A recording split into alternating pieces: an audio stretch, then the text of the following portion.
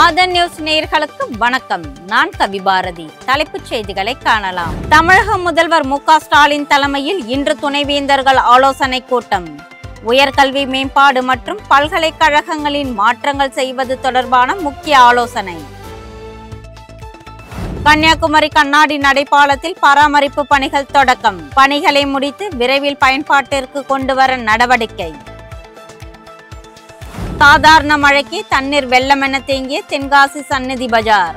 சிறந்த நகராட்சி விருது பெற்ற தென்காசி குறித்து சமூக ஆர்வலர்கள் வேதனை. அமைச்சர் பொன்முடிக்கு எதிராக வேலூரில் இந்து முன்னணி அமைப்பினர் ஆர்ப்பாட்டம். பெண்கள் குறித்து சர்ச்சையாக பேசியதால் பதவி நீக்க கோரிக்கை. முதல்வர் மு.க. ஸ்டாலின் தலைமையில் நாளை தமிழக அமைச்சரவை கூட்டம். தமிழகத்தில் செயல்படுத்தப்படும் முக்கிய தொழில் திட்டங்களுக்கு அனுமதி வழங்குவது குறித்து ஆலோசனை. தடை செய்யப்பட்ட குட்கா போதைப் பொருட்களை விற்பனை செய்த கடைகளுக்கு சீல். பொன்னமராவதியில் காவல்துறை நடவடிக்கை. இந்த ஆண்டில் தென்மேற்கு பருவமழை குறைய வாய்ப்பு. வானிலை ஆய்வு மையம் தகவல்.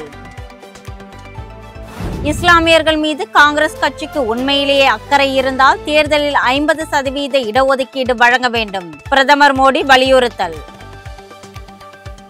திருப்பதி ஏழுமலையான் கோவில் பகுதியில் ட்ரோன் பறந்ததால் அதிகாரிகள் அதிர்ச்சி.